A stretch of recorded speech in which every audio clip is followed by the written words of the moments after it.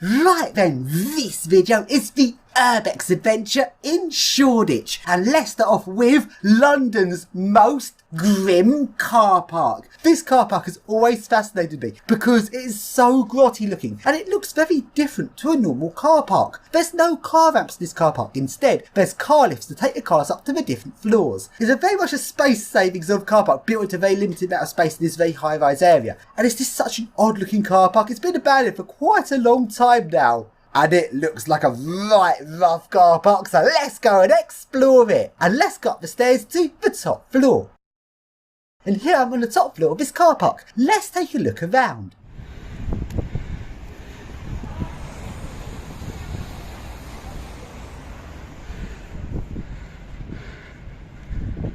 And let's take a look at the car lifts. These lifts look very interesting. Open up the lift and this is what a lift shaft looks like. Oh wow, look at that. This lift shaft is full of gas. Just the one of them. I've just got to surf these, and that is coming up later on in the video. Let's now continue looking around the top floor of this car park.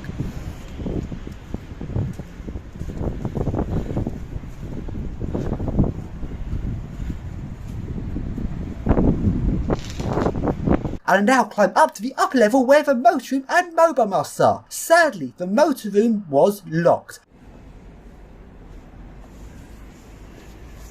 But the cabinets for the mobile masts were left unlocked. So let's take a look at those.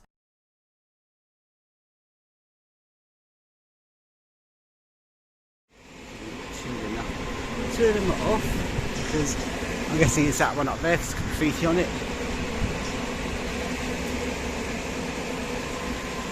It was supposed to shut down if ever it was opened by that switch, but it's been bypassed.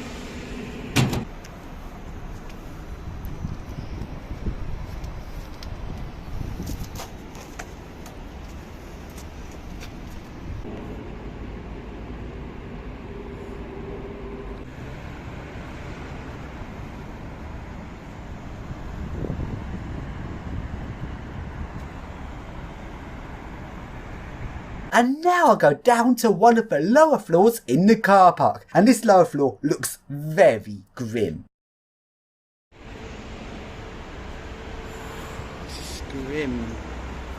And this car park, as well as the stairs, has a secondary fire exit method, which is some ladders. A car park in England with ladders as the fire exit. That is odd. And now let's surf the car lifts. These lifts are very big and very interesting.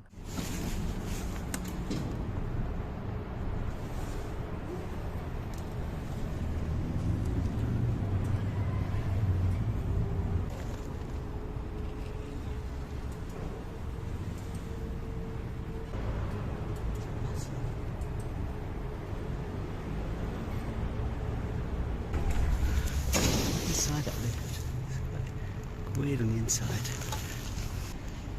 I've been modded.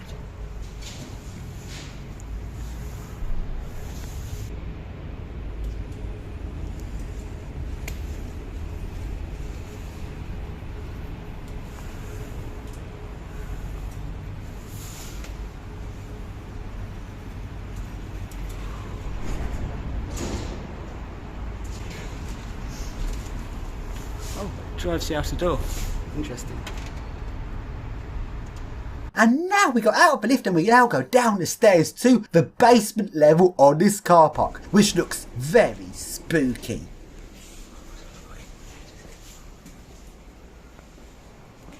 That's fucking creepy.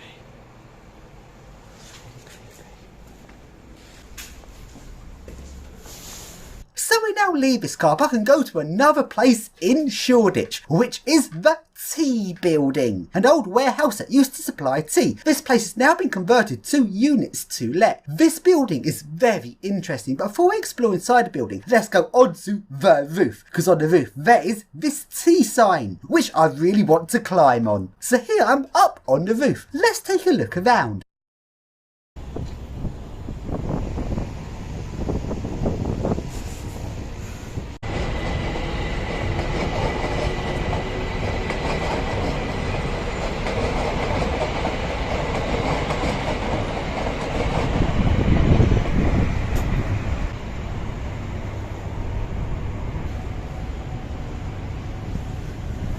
And here is the T sign, which looks like a climbing frame. Let's go and climb on it!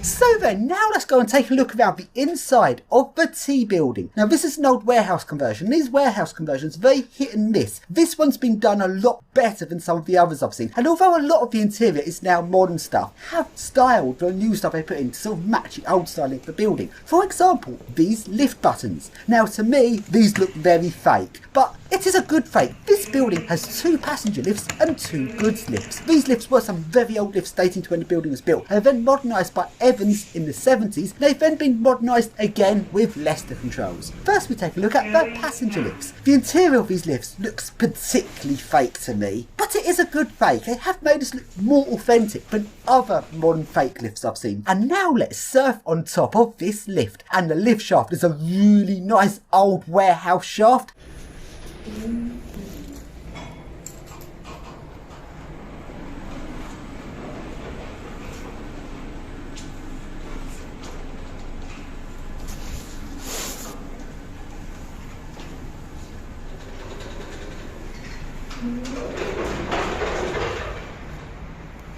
And let's take a look at the service lifts. The lift car on these lifts looks more original to the 70s upgrade they had, although the logic has been replaced with Leicester controls.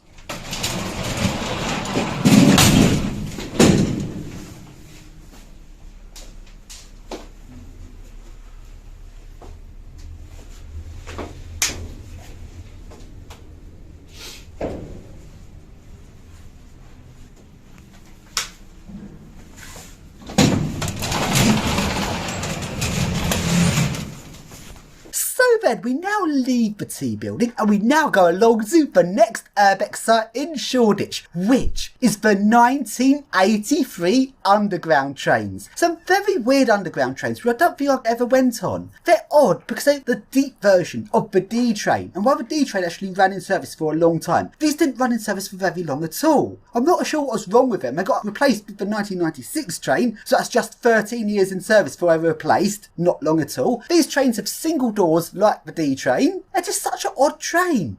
And let's go and pretend we're surfing these trains by climbing up and walking on top of them. Probably the only trains in London you can do this without getting in trouble with the BTP. So you can legally surf an underground train in London, just not a working train.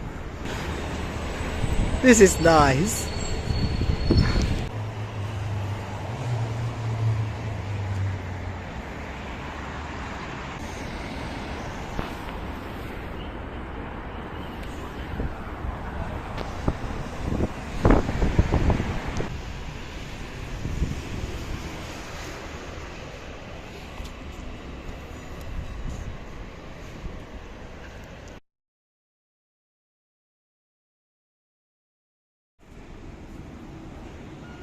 And now let's climb up the building next to these trains and have a look at them from on this roof.